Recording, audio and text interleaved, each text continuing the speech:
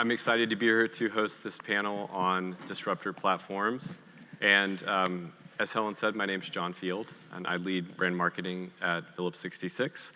I'm joined on the stage by 4 impressive marketers, and I'm going to let them each introduce themselves and give you a quick background, and then we will kick off with some engaging dialogue. So hand it over to you.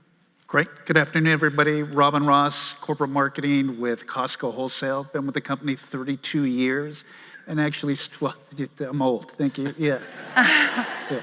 Started the original social media team at Costco. I was the one who got to tell our CEO that somebody started a Facebook page, and it's not us. That's good. Kyle Brown, VP and Chief Marketing and Communications Officer at CoxHealth, which is a health system in the Midwest with about 6 hospitals, 100+ clinics, right around the 2 to 3 billion of revenue year over year. But I have not been with them for 32 years. I've actually been there 1 year, but previous to that, I've helped lead specific to this social at a number of organizations from Dell Technologies to PerkinElmer and Merck and a few others, but yeah. Great. Good afternoon. My name is Kikora Mason. I bring you greetings from Chicago, Illinois. Currently, I oversee community engagement for a small company, I don't know if you've heard of it, called JPMorgan Chase. I was reminded a little while ago during lunch that I look like I'm in my 20s, which I am very flattered by. But I have been working in the social media PR comm space for about 12 years, and I'm very excited to be chatting with all of you today. And I am Kirsten Hamstra. I lead global social media at Lenovo. Been there now for a little over 6 years, and we've really rebuilt the program from the ground up. This topic was of extreme interest to me, one, because we've had a lot of starts and stops with platforms in my time at the company, and prior to that, where I was leading social media at SAS Institute. We're based in North Carolina, but we're global, and we have a lot of fun things coming in the future, especially this next year. And obviously, with the rest of these panelists, I'm super interested to also learn from all of you about what you're doing with all of these platforms, because it's a constant juggling act. Most definitely is. So the first question I have is, how do you decide which social platforms to invest in and which to sit out? So Robin, I'll start with you, since you're the first Facebook page at Costco. How do you make those decisions? So I'm hoping that all of you are Costco members and all have the executive membership, and thank you. Yeah, the membership in your wallet.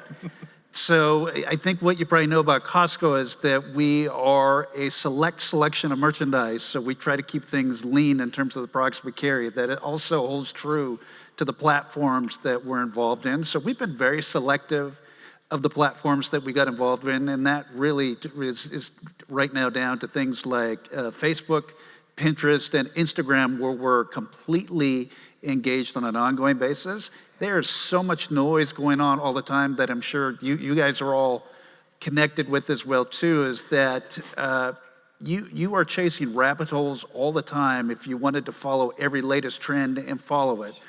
Where we've pretty much landed is we go where our members are, we go where the conversation is happening organically, and we really try to sit out anything that feels that is just really not connected to where we're going strategically and is going to be a distraction to the business model. Kyle, what about you? How do you make those investment decisions? Yeah, well, first I should say we are in complete rebuild mode right now. So we're evaluating all of our channels, our practices just across the board, but specific to healthcare as a whole, we really look at where are our patients, right? Where are our physicians even, right? Even behind some of the closed doors, are they on Doximity or are they out there in the public eye, as well as our team members, our executives, and really just look across the board. How are they there? How are they spending their time? And really evaluating, is there an opportunity for us to tell those health stories, as well as to gain the insights that we're looking for to drive a better patient experience and also a better employee experience as well. The physician piece is a little bit different. A lot of regulations around that and really, at least from our perspective, where and how they show up. So still a lot of guidance there. But really we just do a lot of research on who's there, what are they talking about, and then take those next steps as well. A little bit, it's interesting you said, I think yesterday about LinkedIn, right? We try to use social listening and other to do some of this work, but some of these platforms, especially newer ones, can you actually pull in the information you're looking for? That's a whole nother topic, but yeah, quite a bit goes into the evaluation. Okay. Kikora, what about you? I know you're in a very regulated industry, so how do you approach that? Yeah. Yeah, we tend to be pretty risk averse. Just because it's a new and shiny thing, that doesn't mean we need to explore there.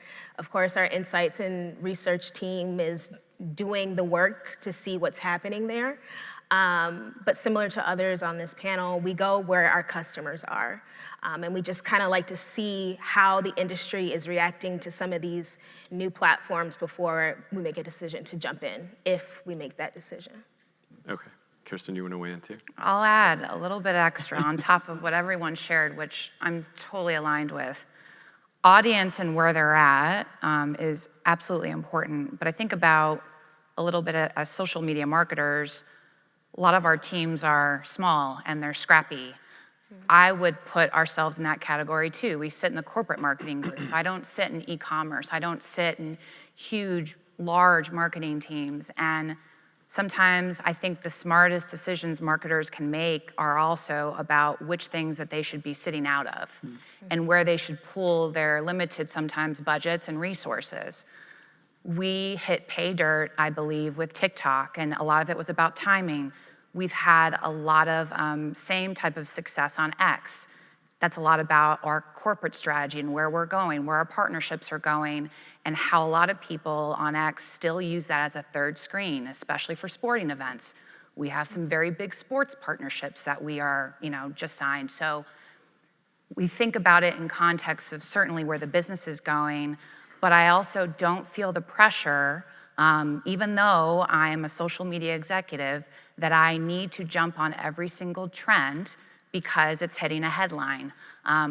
So ultimately, in addition to everything that the panelists have already shared, I really think about what is going to be the harm to my team and what we're trying to build and run and what we already have a successful track record with if I add yet another platform onto the list that might not give me the same ROI as quickly as I need it with the limited resources that I do have.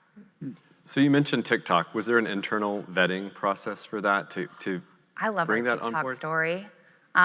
It was one that kind of really brought my team together. We actually started our account during the pandemic. So it was a time where none of us were in office. We were all learning how to work virtually and meet over Teams, like I'm sure most of you were as well.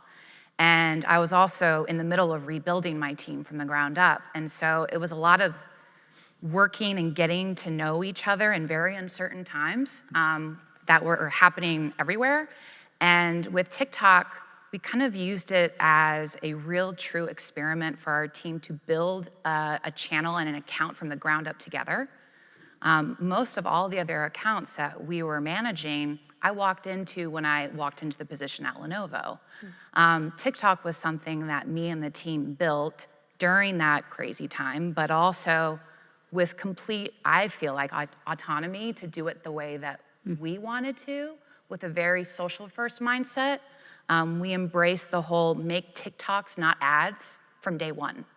And we protected that mantra on our team, and we put guardrails around TikTok and didn't let everyone else in the company that saw us enjoying that early success to dilute what we were trying to build with our brand there.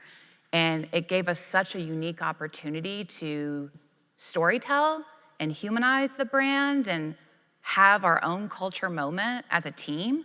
And so we all felt a shared sense of success in building that, and we still guard it very, very carefully. Not saying that we haven't had our misses there, certainly, or moments where you get a call from an exec saying, did you see that TikTok and did you see the response? And I'm like, oh no, we're on top of it. However, with some great success, you're gonna have those moments where we stumble as marketers, and hopefully you also have leadership that allows you to make those mistakes and move on quickly and continue to iterate. And I feel like that's a platform where we really had like the full ability to do that. That's awesome. I love it there. Great. So you talked about stumbling too, so maybe we'll switch gears. Can one of you share a story of a time when your team took early ownership on a platform or maybe aspects of a platform and it didn't quite work out the way you expected?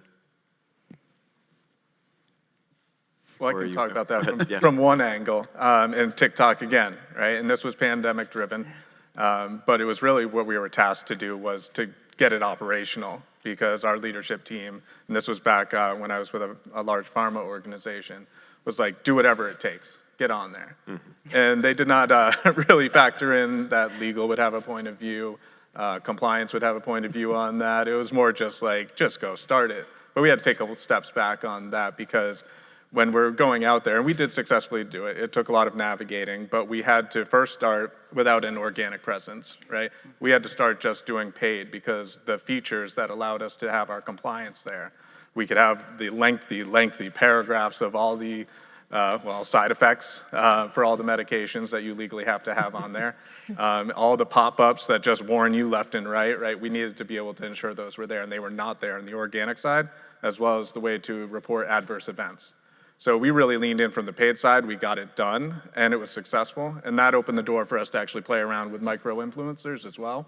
So we could do more of the TikTok docs, which I'm sure some of you have seen, which exploded. So we were early adopter on that, which turned out to be a great thing for us. But it took a little time and navigating, and I'll admit it was pretty high pressure when there was just people yelling, just get on there, but not really thinking every step through. And the trouble that my team would have to go to navigate that. Yep. Anyone else? I relate to that, Stumble, though. yeah. I bet all of us at some point have felt pressure to jump on a platform because someone in some chain of leadership or from another department said, why aren't we on there? Like, what's that social team doing? And at least when it comes to your particular story around TikTok and like having like an early miss or taking your time to figure it out iteratively, like we started, initially turning to our employee base to find creators, did a big internal search, oh, do you have experience creating TikToks? Probably not, but hey, we can teach you a little bit and we'll teach you what social first content is. And initially, I think we had some really great content and made some great relationships with employees that we had no idea were awesome brand advocates, could tell our story in a really authentic way. Then we also quickly realized that, wow, we need a lot of constant new content to keep this channel fresh and updated. And these employees had their day jobs that they weren't gonna be pulled away from. This was a volunteer activity. They're like, okay, we need to come up with more than this for our content strategy long-term. And then we started turning to micro creators. Certainly didn't have the budget to go after the big guys in the beginning.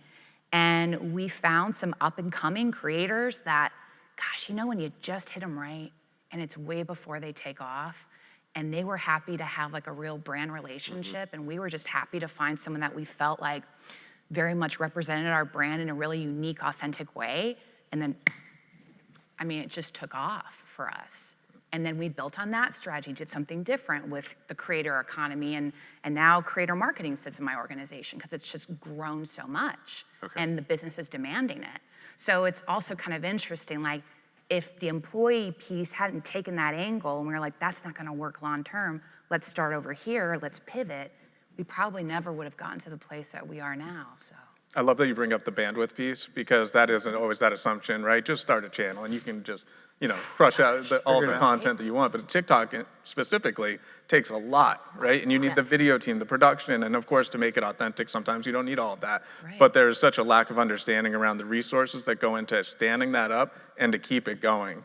Because you see so often that, teams will start a channel and it starts off great and you're building momentum and then you just can't do it anymore, right? You've already done those 5 videos. You've already tapped into these resources. So where do you go from there when nobody's offering budget, nobody's offering more FTEs, right? And then the channel starts to go down and the pressure's back on the team. Right. Exactly. So how do you balance that on the long-term strategy? The short-term need to get it going, but you also have the long-term strategy that you need to execute on. So how do you balance those two things? It's a tough balance. I just keep pushing towards, driving what is the value, right, that we're seeing from it. If we've started with a pilot, right, what is the data that we can showcase? And I think everybody has different data points they're looking at, whether it's like customer acquisition, for me, patient acquisition, the awareness we're driving, the trust we're building, and to showcase that back for the investment. But it's always been a back and forth, but really to showcase it. And some people just look at the channels, they're like, oh, it looks great, working well. Aren't even looking at the data. But I don't know if others have a perspective on and that. you also build on your track record, right? Like start sharing with leadership. Look at the engagements. Look at the authentic engagements that we're having here with this account that literally we haven't replicated on any other platform. Look at that audience that you are so desperately trying to reach millennials. Like you keep saying, oh, reach them, reach them. Okay, we have a dialogue with them. You haven't mentioned community management and that lift on TikTok, it's huge. Because a lot of it, at least for us in the beginning, was very manual. But we had people on our team literally as part of their job scrolling through content, ensuring that we were actually responding as a brand to relevant comments on our TikToks instead of ignoring them. But then also finding advocates of our brand that were popping up on all places around TikTok, because again, TikTok doesn't have good listening either, still. And so for us, we're like, okay, you're right, it's absolutely a heavy lift, but one that we felt like if we put more time and effort, and there were people on our team that were already such huge fans, and that was part of their daily scroll anyways, building us and the brand into their like regular behaviors was very akin to them. So it started to become, like I said, a very shared team effort. And I think that's how we also started building guardrails as others across the company would come to us asking to spin up a new account, wanting to, jump on the bandwagon, if you will. We're like, wait, do you have this money? Do you have this team? Have you thought about community management? Have you thought about governance? How are you going to listen and respond to customers? When you start coming back with those questions to people wanting to spring up new accounts, pretty soon you'll start to realize they start going away. Right. They usually don't come back, at least for a while. Yeah, I think our struggle with TikTok is we have appetite for it from senior leadership, but I think there's a lack of understanding around how the platform actually works. It's very opposite to like an X or a LinkedIn or an Instagram. And I think there was only appetite to have an organic presence because we had a very viral negative situation happen about a year ago. I'm not sure how many of you all remember the Chase glitch that was trending for a long time. Essentially, people were committing fraud and posting about it on social media. I am still baffled by the things that people share on the internet. But we missed it, basically. So the trend started on TikTok, but we didn't see it until a reshare on Facebook happened.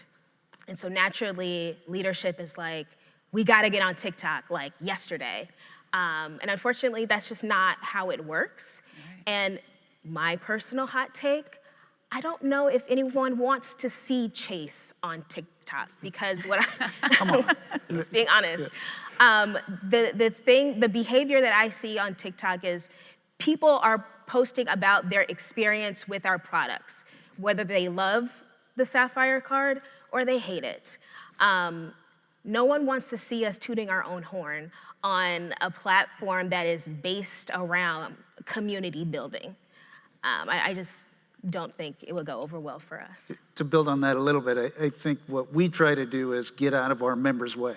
Sometimes where we really want that conversation to be organic, and we're lucky enough that we try to concentrate on being a good business first and giving people something to share, and that if you've done the right work early on, members are excited to share that information. So we have been super lucky that our members are just really energized, excited about what they see in the stores and the warehouses, and they're sharing that with each other. So we are in the catbird seat in terms of not having to be a lot of different things to manage, where some of you are in different situations where sometimes we we don't want to make that an inauthentic conversation. So a lot of times we struggle, like, do we even get into this? Do we just allow it to kind of happen? So we listen and watch, and sometimes we think about strategically where we get in, but concentrating on being a good business first and allowing that to really flourish in those platforms has been so far a strategy that's working well for us.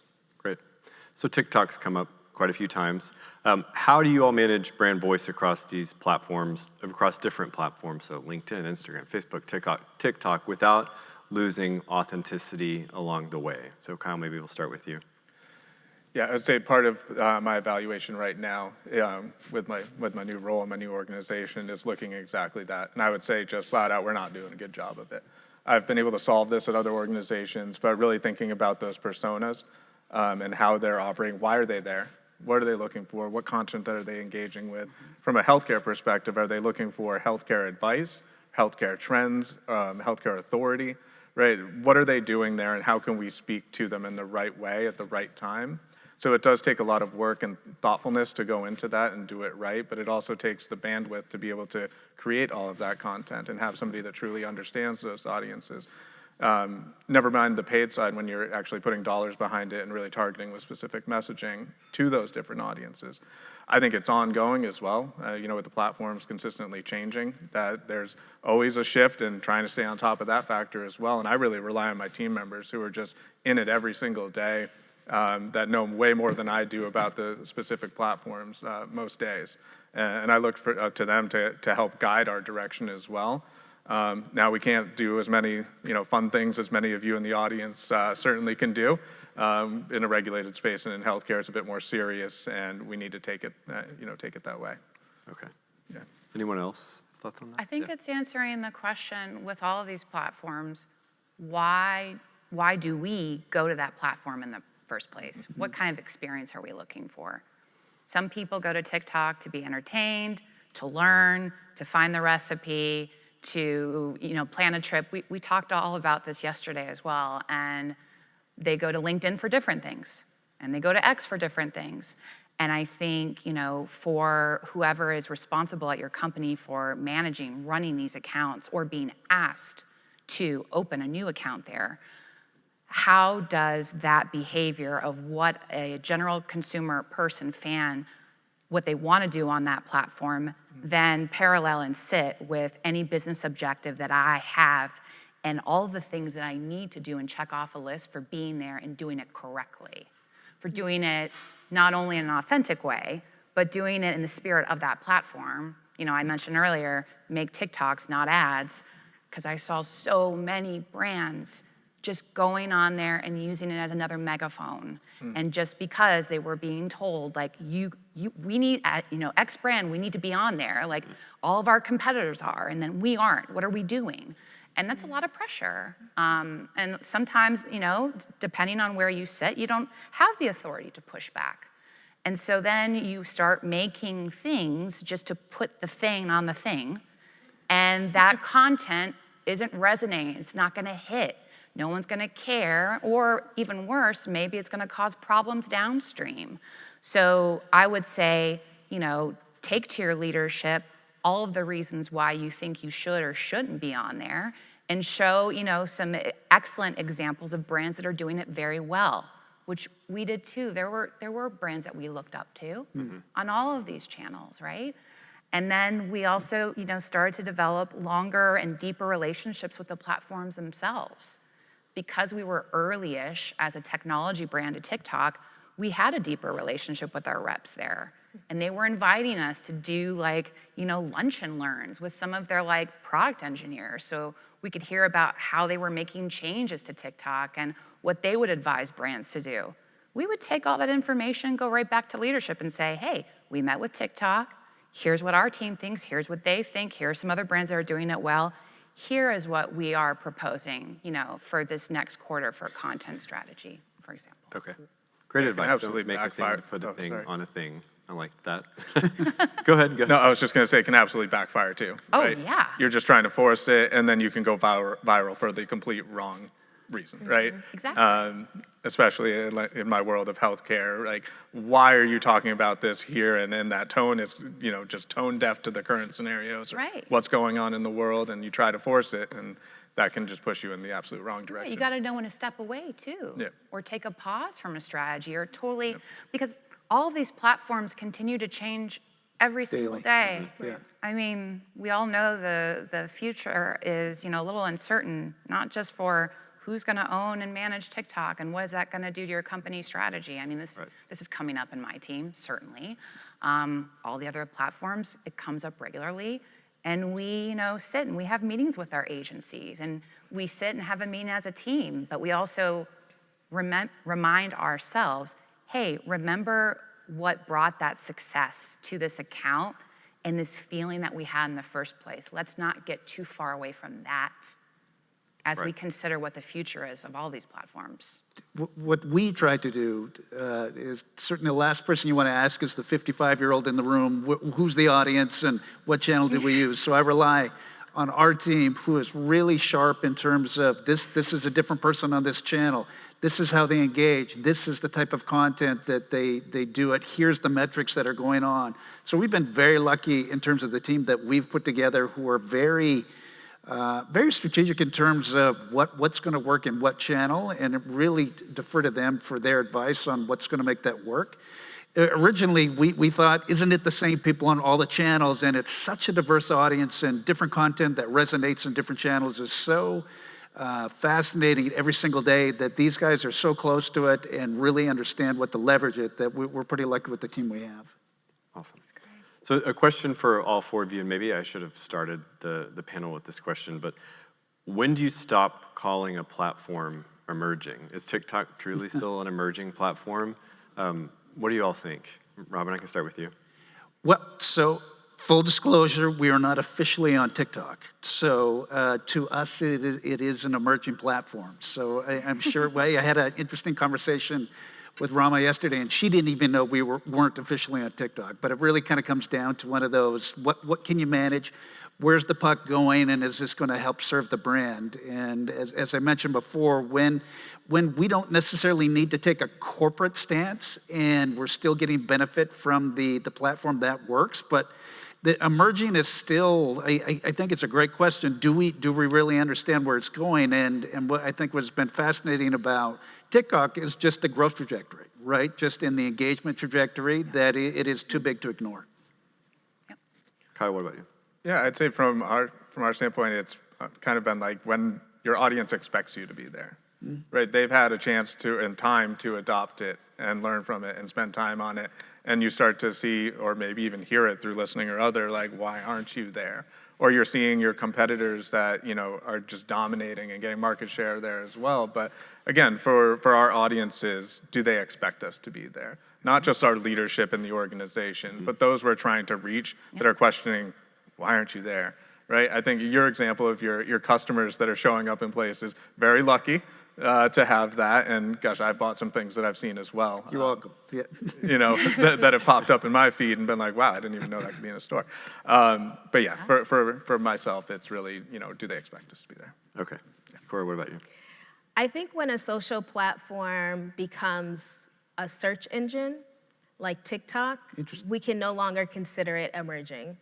If it's replacing Google as like the first stop for looking something up, I think that really speaks to the impact and the trust, whether the information is correct or not, people have in that platform.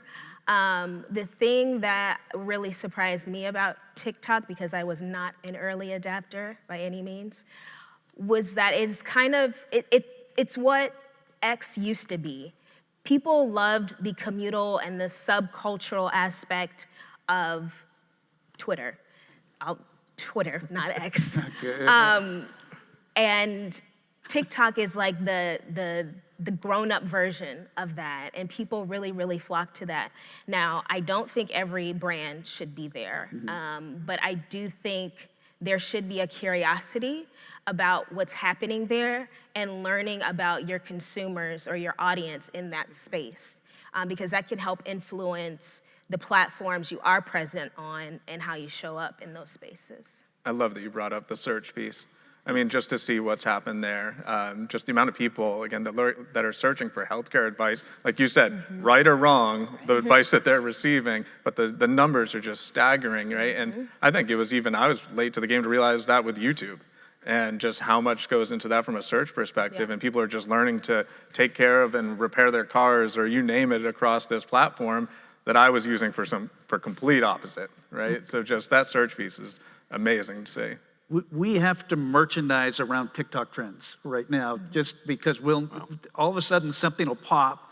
And what is a struggle sometimes is we don't always have the same merchandise everywhere, so something will show up on the East Coast, and we've got people from the West Coast coming in and going, where's this item? Well, we don't carry it sometimes. So that's where we've been working with leadership going, I think we need to take a different stance in TikTok right now, just because we want to be influencing that conversation so we can do better service for our members, but it has definitely kind of changed the business model and will drive activity. Kirsten, what about you? Yeah. My mind is running in overdrive thinking about Costco on TikTok. One, and I'm not even going to get into your strategy right now. One, I'm just such a huge fan of Costco. Thank Aileen. She's the one in the back doing all the work. But it's so interesting that you are leaning into, well, we're not officially there yet. I think about how I, as a consumer and a member, have interacted with accounts on TikTok and follow them religiously, by the way, and not just on TikTok, also on Instagram, that are always spotlighting the new finds in the warehouse, what you have, what you don't have, what's coming, what's good, what's bad. Because I love it. Our members do a great job. Our members do a great job. But the parallel between that and what we've leaned into at Lenovo is, again, your community, your audience, your customer, your creator economy, that for you all, I would say is huge. Maybe Costco doesn't have to have an official presence, but maybe it's just about really developing those deeper relationships with all of those creators that are obviously, some of them probably making a living off of these Costco accounts, but also understanding that they're so connected to the biggest fans of your brand, in the same way that at Lenovo, we have found these pockets of fans, like fans that have collected years worth of old ThinkPads because they love a ThinkPad so much. I do too. But that they love to make content just talking about ThinkPads, or people that love Legion and our gaming line. Like, we find these people sometimes accidentally, again, because search maybe isn't the easiest on TikTok, but we find them, and then we find new ways to engage them and kind of bring them into the fold of what our overall content strategy is. And I share that just because, the light bulbs go off in my head when I think about Costco, because your creator economy is so rich and deep, because I've just seen it and experienced it myself. It's quite funny, the credit we get for when somebody finds out we're involved in social media, and they go, you guys are doing fantastic. And I go, that's great, it's our members, it's not us. Yeah, we're really trying to get out of their way. So it sounds like maybe TikTok has moved past emerging in everyone's view. Yeah. What are some of the emerging platforms you're thinking about right now? Anyone have one that comes top of mind? Kikora, what are your thoughts? We're holding a handle on Threads, but That doesn't feel like an all-in. Yeah, I don't see us stepping in that terrain anytime soon. Why? So what are some of the decisions you're trying to work through in terms of, you're holding the handle, so there's an interest there. Is it worth, do we have the bandwidth from a staffing perspective? Can we do any social listening there? There's no doubt that we have customers there, but essentially it's a staffing thing. Now, this is probably one of the larger teams that I've been on. We have about 32 people across all of our practice areas on social, but the sheer volume of Chase mentions plus Chase product mentions, we'll never have enough people to do all of the work. And I think right now it's not a priority, because most of our people are not there. Most of our people are on Facebook. Anyone else have a? No, similar, just locking down the handles. right? Just in case, and watching what happens. I mean, right now, to me, it does seem more like an extension, right? How many times I'm just redirected from, from Instagram over, and just vice versa. And okay, now I'm here. Sometimes I forget. I start scrolling on the other one. I'm like, wait, different look and feel. Now I'm going to hop over again. It's not quite there, right? And that's similar to any of these other platforms that come up. The first thing the team does is we grab the handle, just in case. And then we'll just continue to have those conversations with each other. Is the value there? What's it going to do to the bandwidth, especially when it comes to our other channels? Because we can't just all of a sudden shift the priority and say, okay, well, now we're going to take you that's been working every day on Facebook and now just double your work. Right? We can't do that. We don't have the resources or the capital to do that, so. To be clear, we've locked down our TikTok handle so nobody try to buy it, okay? Okay, switching gears. What platform has surprised you most, either in its success or failure, and how have you adapted your strategy there? So, Kristen, I'll start with you on that one. What platform has surprised you most? Because I feel like we've exhausted TikTok for a moment, I'll offer a little bit of a contrary point of view about X. At least in our experience at Lenovo, we continue to have tremendous success on that platform. Now, I think very early on for us, we realized, along with all of the changes to leadership and direction and strategy of that company, it was about kind of flipping the script about chasing impressions and thinking about influence instead. We know for a fact that a lot of our media, analysts, folks that we're trying to reach from the B2B side of our business, and when we also think about our large-scale events, they're all still there on that platform. And I know that they're looking for information from us, and they are following our accounts, and it is another information source for them. When I also think about what we have coming, and I mentioned it in my introduction, but we are the technology partner for FIFA Men's World Cup and Women's World Cup. And in thinking about that and how X is still very much utilized as a third screen, it is a platform that is going to be heavily used next year during Men's World Cup. I believe that the past World Cup, it was their highest numbers on the platform ever. And they predict that in this coming year, especially with the World Cup being US, Canada, Mexico, it's gonna be the highest yet ever. And so our relationship with that platform and our activation strategies and plans are absolutely of importance and priority to our team because we know what's coming for us as an organization and it makes sense for us to be there. I think at some point you can't ignore the critical mass of these platforms. Like, that's right. People say, oh, Facebook is dead. Really? Like there is billions of people. Right? Yeah. Like you can't just ignore the platform. And I think maybe to your original question, not that we're watching it from a corporate standpoint, but something that has interested me is Bluesky. So Bluesky is a new platform I've really been trying to watch just because it seems like a platform that has a little bit less heat than some of the Twitters and the X's and those kind of things. And just wondering, is this going to be something different? So we're just watching what's happening. Is there a place for us in there? Are we showing up in there and what that conversation is? For me, LinkedIn has been a nice surprise in the world of hospitals. And I say that just basically from the community approach, because we need to engage and learn from all of the different businesses. Because as a hospital system, we want all of the patients and the businesses that sometimes make the decisions of where their employees are going to go for all of their health needs. So the engagement opportunities from a business perspective and collaborating with them, the amplification opportunities, and some of the insights, although limited and a bit manual, that's been a surprise just on the side of how it's on the hospitals, but also how it's expanded past just looking for jobs as well. The thought leadership opportunities for our executive leadership team, that's a whole nother bandwidth piece that goes into that, but a great opportunity to showcase emerging leaders and to put a voice to your CEO and other key leaders on really important topics, at least in the healthcare space. You bring up a really good point though about, we keep talking about emerging and disruptor, but we haven't really discussed the different changes and evolutions that all of these social channels are going through constantly, that they're reinventing themselves in the same way that he just described with LinkedIn. Like when we first built our presence there, absolutely we weren't thinking about thought leadership in the way that we do today. And like you, we've had a lot of success, not just with our executives, but like employees across the board. Yep. And we can activate them on LinkedIn with also a lot of success when we think about the advocacy topics we had yesterday. Yeah.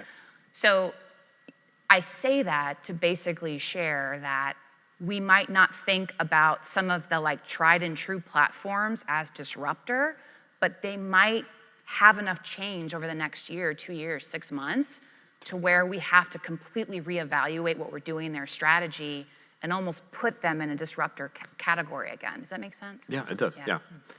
So let's go back to X. A question about that, and how do you weigh brand risk when placing paid media on some of these more volatile platforms? What's your process for evaluating where you're willing to put paid dollars in a platform where you're not always sure about brand safety? Okay, Cora, do you have some thoughts? The cost on X has gone way down, at least for some of the stuff that I've done over the last Price is right. Yeah. the last few years, and you're still you're getting a lot of eyeballs on that for, sometimes good reason, not bad reason, but also back to what you said about community management as well. And again, for the patient lens, are we able to see what's happening? Is there information that should not be going out there where we need to talk to the patient and say, that's really public space. You're going to get yourself not in trouble, but at risk, and you shouldn't be sharing these things. But also just who's managing and taking inventory of, all of those comments that are coming in that do need to be addressed. Now, there are thousands that you just leave it, and we can use social listening, the fire hose, just pull it all in, and bandwidth, have somebody who can actually analyze that and spot the things we need to know. But we can get a lot of great insights just from our paid ads as well on how people are feeling about different service lines or new robotics in surgery and things like that. So I think there's an opportunity there, one, to advertise, but also to pull in the insights that you can get from that, good or bad. It's totally nailed it though, like their API is wide open. Yeah. So we get so much data and analytics from that partnership, that platform. And it's always been that way, right? And so we love data. I'm not saying that puts them far ahead all the other platforms, but it is a keen advantage when we are also thinking about making the arguments for why we need to put more dollars in a certain direction than others when we have the data to prove it and back it up. Most measurable probably for you, right? Oh, 100%. I missed that one. Most measurable, probably, got if it. you've got Yep. that clean data feed. Yep. Okay. So what has helped you gain leadership buy-in for bold or unconventional social strategies? So maybe moving away from the platforms, but more of your bold or unconventional social strategies. What have you employed to get those through and out into the market? Kyle, I'll start with you. I guess leadership buy-in is less so on being able to utilize a channel or step into that. Lucky that I've been trusted in a lot of my roles in that regard. But it's more about getting the technology in place, the team structure in place to operate the channels. Again, I think there's that sense of, well, my son or daughter in college is running an account with this many thousand followers, and I'm sure they could just step right into it. But you need somebody who's seasoned across so many different things, paid media, community management, content, across the board. So it's really about getting leadership buy-in to understand that we need the resources, we're going to do this. We need the technology as well to support it because, whether it's Sprinkler or Sprout or you name it, and then all the other intelligence tools on top of that into advocacy tools. There's just layers and layers and layers. But basically, data is what I'll bring to the table, as well as hopefully some competitive intelligence on who's there, how they're showing up, and what we need to do. And I'll bring back information from events like this, right, and showcase what I've learned and through other organizations that I'm part of here is what others have done, similar space or even outside of the space, and if we take this trajectory, this is what I believe we're going to see in the end. Anyone else? Bold, unconventional? I think at the very basic level, you need two things. You need trust, and you need to be able to prove the business value of whatever that bold move is. I think, was it last year, we leaned into the very cutesy, very demure trend. We worked with Jules too. It was a very stressful after-hours situation for me on a Friday, but it's fine. I'm living to tell the tale. And I remember my chief communications officer called me, and He had already blessed it. He said, yes, we can do this. But then he was starting to second guess because Elizabeth Warren was frustrated with us about something. And she posted a thread on X and reshared it to Threads. And then now he's in a frenzy. And so he's asking me if this is still the right time to do this. And I very calmly reassured him. Very demure. Very cutesy, very It was demure, mindful. that it's fine. Because the people that are going to be engaging with that trend are not the same people that are obsessing about what Elizabeth Warren has said to us. I love taking a calculated risk. There's nothing that excites me more than taking a calculated risk when I know it's going to work. Now, this is not to say that a bank should be jumping into every trend. Know thyself. That's my mantra in life. But I knew that was going to have a positive outcome for us. And fortunately, it did. So just having that baseline trust between my leadership and their leadership can really open doors for you. Okay. Sorry, my team gets a little frustrated with me because they have to explain a lot of the trends to me all the time when it happens. But I think what they've been really able to accomplish over the last couple of years, if you don't follow us on Instagram, please do. But they've developed a personality. So our social media team is very clever, trying to tell stories, and you're going to see the same 3-4 people who is truly our social media team telling stories about Costco and really trying to get into some of those trends and really trying to engage. But just developing that personality was not popular at first, just because we don't want to ever be in front of the brand. But I really think that personality allowed us to really connect with our members, and we get great feedback on that type of content. Couldn't agree more about the personality opportunity.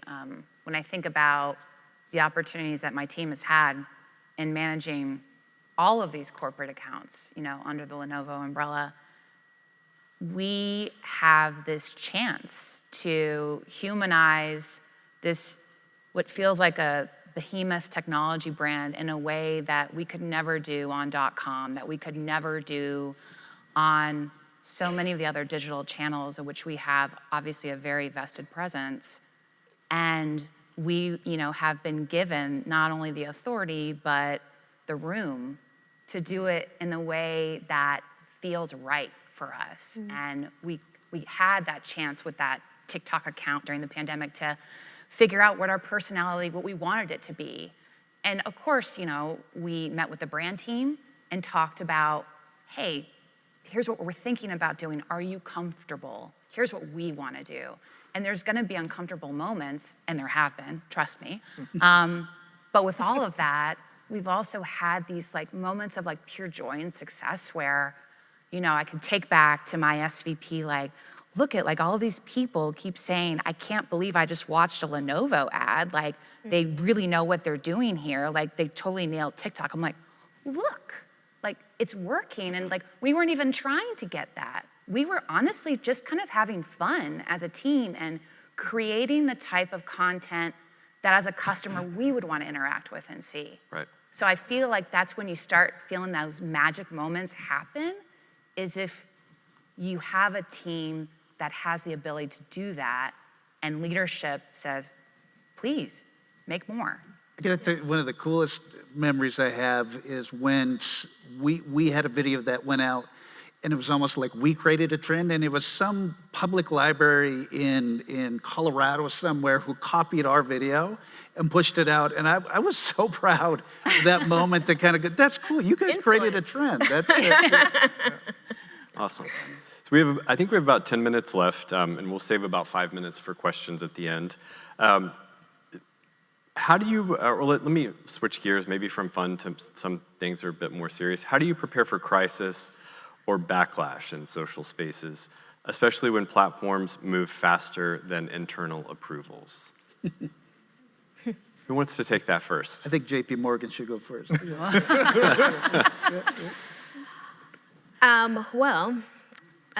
We have no shortage of crises that come our way. We just try to prepare as best we can. We have a very solid social listening team that sets up our Signal dashboards. We have ongoing monitoring, and of course, this depends on what the crisis is. But we'll do reporting 3 times a day, sharing that out to leadership, making sure that leadership has access to these dashboards, and just being available to answer any questions that they may have. Typically, we don't go out with any sort of proactive messaging on social because that is not going to help us at all. So it's more of like internal conversation and education. Now, there are things within the social media space that we have absolutely no control over. But I think the name to the game for us is just making sure our leadership feels good about the decisions that we're making and the reporting that we're doing around whatever the crisis is. Anyone else working on playbooks or escalation paths and these Playbook type of in a sense, instances? community management matrix, right? Approved responses that really stem from bringing together different parts of the organization. So legal, compliance, social team, you name it. It's like a core group that it keeps growing actually. But so we can just continue to build that matrix of, we have 300 responses that are all approved. So the team can run with it. They don't have to worry about it. They don't have to chase down, a leader at a part of the organization to, get that stamp of approval. They can just run with it because it's been vetted and we have it. Now there's always something new, so it just keeps growing. So having that committee formed, so you can just, okay, these are this week's top 10. What are our responses? Let's get them approved, put them into the playbook or matrix that we use, and just go from there. Similar, we've got great cross-functional relationships with legal, privacy, who really needs to be involved in operations when we get that kind of messaging out. I think the other piece that is important in putting these kind of messages is partnering with organizations like socialmedia.org. So we've been a member of that group for a while, and what I find great, because you're going to run into these circumstances where this is new territory. We've never run this before, and then you can go peer-to-peer with a lot of people. What have you guys done with this? How have you managed that? And you just got a safe environment where you can have that conversation to at least get back some feedback to really make some decisions. 100% agree. Socialmedia.org has been invaluable, especially for the larger crises that actually all our brands are going through at the same time. Maybe it's a political event, maybe it's something that happened in another country, and we all have to reconsider our take either on a platform or all of our operations for a moment. It's a very good group to talk through those things. In addition, I would say, at least from our perspective at Lenovo, the social team that I lead, we are like this with corporate communications. So we actually sit in the same organization as CorpCom, and that is like one of my besties. So I feel like there's such a tight line between our team and their team. They, of course, are privy to many other issue management pieces and parts that our team's not involved in. They have the purview to understand that. And so when we see something online first or something of concern, that line is always open, and we can work together to figure out what the escalation path is, if that's even what the answer is for that particular issue. Okay. Last question. I think we've heard throughout the past 2 days, today, many of you have mentioned it, that you can't just take the same content, lift it, and put it from one channel to the next, but also budgets are limited. You can't create custom for every single channel. There are instances where you do need to repurpose. So how do you approach content repurposing across platforms without it feeling like copy-paste? What are some of the tips and tricks that some of you might share? Play Robin, around you with want to start, formats. or Kyle, go ahead. Yeah, no, I play around with formats, Yeah. right? You could have a press release that you could turn into a video for one channel, a static for another, short copy, long copy, turn it into a blog, and then repurpose the blog out into 5 other channels. It's always about getting the most out of it, right? That one thing that you can transform into much more. But that's where I also like to bring it back to the team and just generate these ideas, the what if, right? What can we do with this? What other things have we not thought about? And then to try to customize it for each audience. Right, it depends too what the content is. If it's part of like a large, like let's say global brand campaign, I would assume that as you're building out assets for that campaign, social team is part of those meetings, and then coming to the table with, hey, for LinkedIn specifically, when it comes to this campaign, are we going to interview 2 executives to spotlight and a thought leadership ad? And for TikTok, are we going to talk to an employee and go kind of behind the scenes and have a storytelling element? And for Meta, are we going to do this? So it's also, I think, very early on before all those assets are created, especially if it's something that's important in the business, social having a seat at the table and helping drive what's happening with asset creation if those platforms are priority in the first place. Right. I think for our team, I think that starts from the production planning standpoint, that they're planning the campaigns or the messages to be in multi-platform. So is that shot vertical? Is it put this way? So they've just created the flexibility to really give them some more options later, because the worst thing you could do is be totally deep in one channel and have to figure out how am I going to completely cut this and move it over. So I think because we're a lean team, that really has had to come into their skill set now, that they think beyond one channel when they're putting campaigns together. This is a great point. Build it when you're doing it first, right? Those different shots, like you said, different for each platform instead of having to go back. Because you can't always bring the talent back or what was happening in that photo shoot. Then you get into design and all of that, or try to do your best. That's a great point. Yeah, being intentional. Awesome. Thank you all for a really great conversation on disruptor platforms. I think we can all agree now that TikTok is no longer a disruptor platform. We will open it up to questions. I think we have about 4 minutes. We have the little yellow light, so a couple questions. I'm coming. I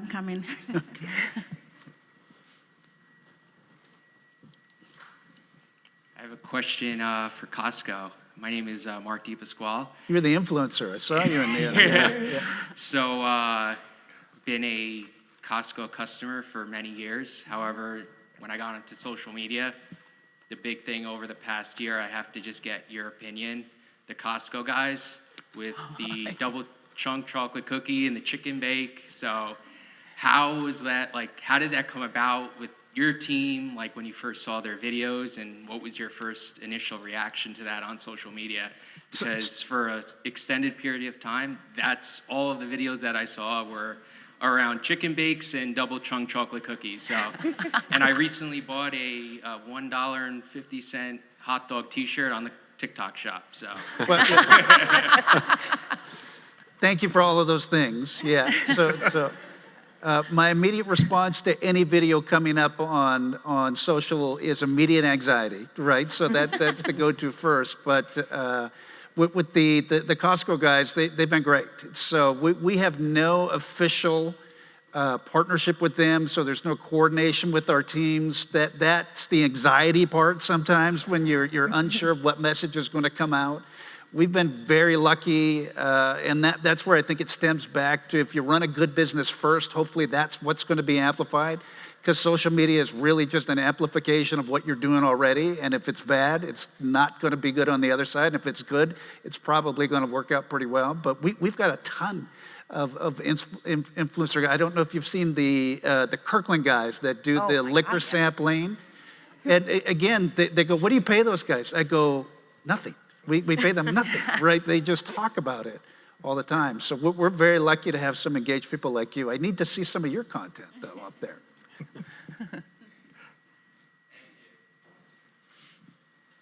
So great conversation. Quick question is, are you looking at platforms like Substack or Medium? And for me, it's more of a B2B play as compared to, and I see all of you as a B2C play in some sense. Everybody's got end consumers and where your consumers are. But are you looking at all at platforms like Substack or Medium as an alternative to LinkedIn? And again, this. That's a great question. We haven't gone deep into Substack or Medium, and I would say and argue too that probably all of us could find a lot of B2B plays within our sphere of influence. I would also offer that for now, thinking through what we talked about earlier, where the customers are and what we actually have time, money, energy, and expertise within our own teams to properly manage. In the case of a platform like Reddit, for example, our team has influence, and we've been watching it very carefully, but we have also chosen not to create an official account there because we know that that community is very protective and very particular about brands coming in to talk openly. So I'd be curious, and I'm definitely gonna follow up on Substack too, to understand, are those also communities that maybe don't necessarily welcome brands in the same way or tolerate them as some of the other ones that we've made heavy investments in? I'm a big user of both Substack and Medium, and I'm not seeing a lot of corporate play that's showing up there, but it's an interesting conversation. It is. See a lot of insights that can be drawn from them. Okay. Please join me in thanking this fantastic panel.